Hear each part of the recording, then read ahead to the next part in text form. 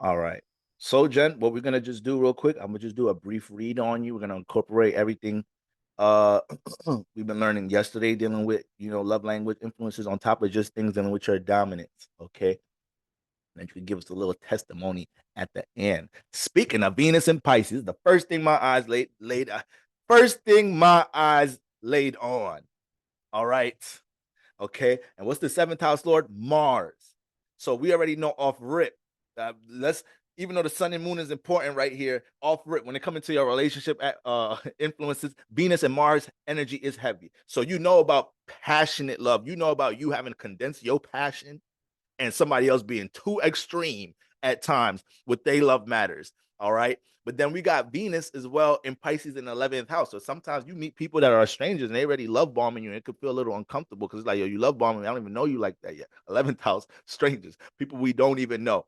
Okay. So you having Venus in Pisces, that's definitely giving you an influence here where you could be really open and building connections, though. So even though you got a little guard up, you like, okay, Venus in the 11th house, yeah, I don't know this person. Just met them at this event, this, that, and the third, but they extra love bombing me. Like they all up in my space. I mean, I ain't gonna lie, I like it, feel nice, but it be feeling nice, but you be on guard a little bit because it's that 11th house energy. Okay, so we're gonna come back. We're gonna come back there. But let's start with your dominance. So you're a Cap dominant off rip, right? Your sun is in Capricorn, and you have a stellium here, and you have exaltation in it, right? You have Mars here. For you guys that are unfamiliar with what an exaltation is, this is where a planet feels the most invincible at. All right. It's a lot of power that comes with the energy, and they're able to execute a lot here. But they could just tire themselves out real quick. They can exhaust themselves here. So you have to learn how to, like I said, great power comes great responsibility. You have to learn how to gauge this energy. So you're just coming off your Mars return for the most part. So I'm pretty sure there's some things that transform when it comes into your ideologies in general, things dealing with your philosophies in life. You may have took a turn with things dealing with your spiritual journey around this time, attracted new teachers, new sense of guidance dealing with philosophical development, spiritual development in your life. And now you feel like you have a new system, Capricorn, a new system on how you finna work on spirituality, work on developing, expanding spirit, having a new lens on what you're attacking when it comes into, all right, this is where I'm gonna go to learn about astrology. This is where I'm gonna go to learn about tarot. This is my new system right here. I'm gonna meditate on these days. Yeah, Mars just did that with your return in general, but that's you in general. Sun, Mercury, Mars in the ninth house. You have so much activity dealing with building and structuring,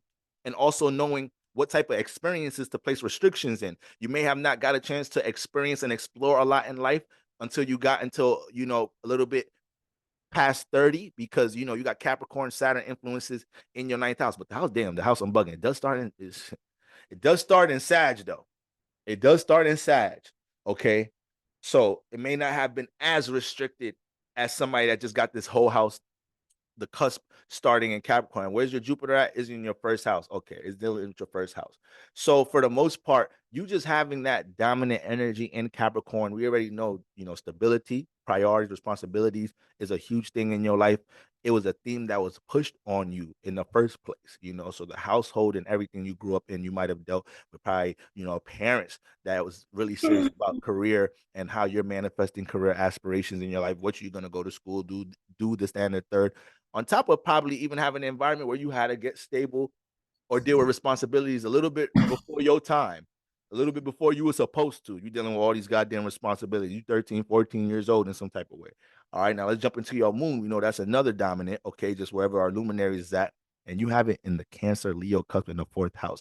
So we have a strong dynamic with Cancer, fourth house energy, and Capricorn energy. So you could be imbalanced a lot of the times when it comes into that work, homely, that work home balance. A lot of the times, a lot of the things you're trying to build and structure is for your comfort zone, but sometimes you get so invested into what you build, and it's like, yo, I'm not even in my comfort zone like that much. Like, all right, something got to change here. All right, in some type of shape or form, and it's really priority for you because yes, you got a lot of these dominant energies in Capricorn on top of Mars being there. So I know nobody got to motivate you. Keyword Mars. Don't nobody got to motivate you to see how you can expand ninth house, how you can expand, gaining new knowledge, new wisdom in some type of shape form. Where wisdom comes from experiences, but new knowledge, new insight, new guidance to help you navigate things in career or just build stability and security in life. You most likely depend on spirituality in general when it comes into building stability. You probably know a thing about money rituals, but when it comes into that, now you got moon in the fourth. So regardless of what the sun, Mars, and Mercury got going on, this is priority here. And we spoke about how potent moon in the fourth energies is. I forgot what example. I don't know if we was doing sacred hour chart or somebody, but when you got that moon in the fourth house and it's hitting Cancer, a lot of the times you might have dealt that work home balance is more extreme than what I'm even making out to seem. It's probably very extreme in times in your life. You probably lost a job or two because you needed it, but you wasn't resonating with it emotionally. The moon in the fourth house is going to make emotional stability a priority here. It's going to make emotional stability a priority here. Okay, so it's not by degrees. It's not squaring anything because Mars and Mercury. It's squaring your Mars. Hold on, let me see.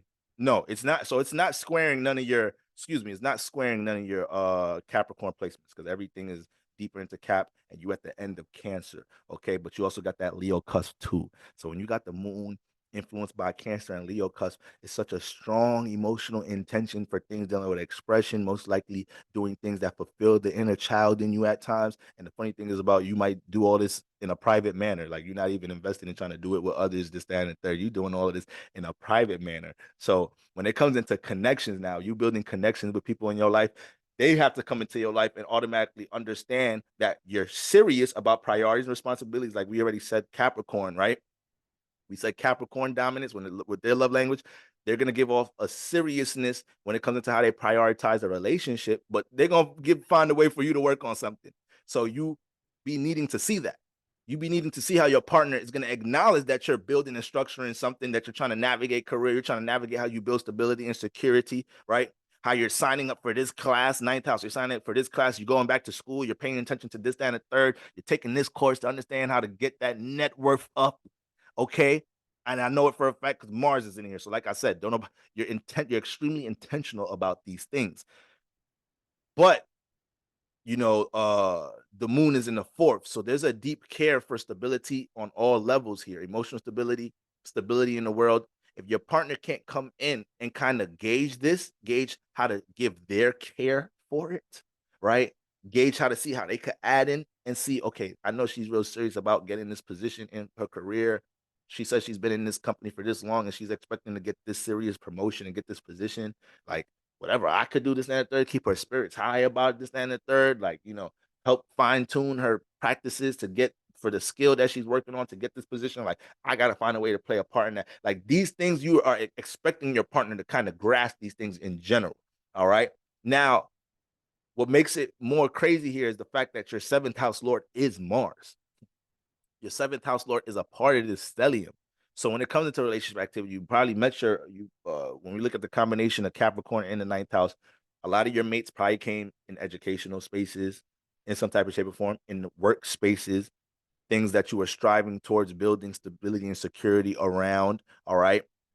And it might have been a lot of extreme energy you manifested around both. So you manifest a partner that's either extreme about how they feel like you shouldn't be working as much, or you manifest a partner that's damn near as passionate in their life for what they're building. They may be real passionate about what they're building in their life too, and it creates a nice unison because y'all can have that balance here. They know you serious about, passionate about building this and the third. They serious about building what they got going on, but you're able to support each other in that way, and keep some type of space that makes things healthy, makes y'all be able to milk each other, makes y'all be able to condense. What's the word I'm looking for? Like exhale around each other when y'all do get the time to. Okay, so strong work home balance here, but emotional stability comes from before all of that. Emotional stability comes from all of that. Your moon is not making no serious squares to anything. It is in conjunct Venus in Pisces. All right, but you deal with a lot of connection energy. So if anything, your situation is to, and then you got Venus sextile Mars. All right, so yes, you can be very extreme dealing with your love language at times. You already got a Scorpio seventh house with Uranus in here. So yes, you done attracted some crazy niggas. I already know. You done attracted some emotionally erratic people at times.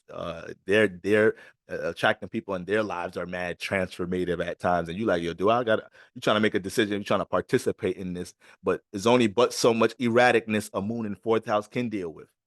There's only but so much change and transformation and erraticness throwing off the emotional stability that you could deal with here in general. So having somebody that pays attention, love language is going to be big in this area right here. Stellium with the sun in here and the 7th house lord.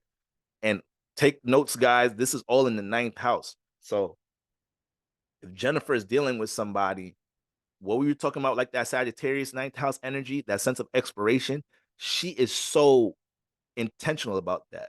She is so intentional about making sure she's able to cross things out in her bucket list. Isn't Capricorn? She is finding the budget and the finances and the resources and the coupons to make sure whatever she need to get right resource wise to make sure she could explore and experience this. This is serious business. This is serious business here. Okay. Wouldn't be surprised if once again you met a mate in one of these spaces, around something that you were, really passionate about exploring long distance. It was outside of your familiar space in some type of shape or form. Okay, so we got that going on, just dominant Capricorn energy, dominant 9th house energy. So we know the exploration space, being focused about what she's building, being able to support that, but then Venus in 11th house in Pisces. So it don't get more non-judgmental than this. And this is probably why you might have been in some situations with this erratic craziness over here. Uranus in the 7th house in Scorpio. So somebody that, they how they deal with connections and whatnot, they be self-sabotaging at times. They be creating too much transformative situations in the relationship, or what they got going on in their personal life is so unstable. It'd be hard for them to connect with you no matter how much you like them. You might have found yourself dealing with that situation a little bit longer than you needed to. Because when it comes into your Venus placement, this is such a non-judgmental placement with the love language. You got Venus in Pisces in the 11th house. So Venus is the 11th house. She gets to connect and relate with everybody out in the world. And you done had people that don't know you from a hole in the wall support you way more than probably some people in this area, where you have your moon at. So you start developing an outlook on how you even value people out in the world. So your Venus becomes real open here. So yes, I mentioned it in the beginning with Venus being a little bit off guard, that she's always attracting like somebody trying to connect with her in these unfamiliar spaces, or somebody love bombing right away. You just met them out in the open space. Like, yo, I got to get to know you. I don't even know what your name is at this point. But it's an 11th house though. So that support, that sense of appreciation has been developed here. You've experienced love outside of your home environment. You've experienced love and support and understanding and appreciation outside outside of your local surroundings in some type of way, with it being in Pisces too. So it starts to create a space where you're open towards understanding the transformations and the differences of others. Okay. Now this is a real positive thing. It's a real beautiful thing when, somebody's appreciative of it. And you also got Venus sextile Mars. So you have the gift of being intentional about who you give your love out to. So that's good right there too. But when you get intentional about it, you could be a little extreme. You got to tell yourself to be easy a little bit.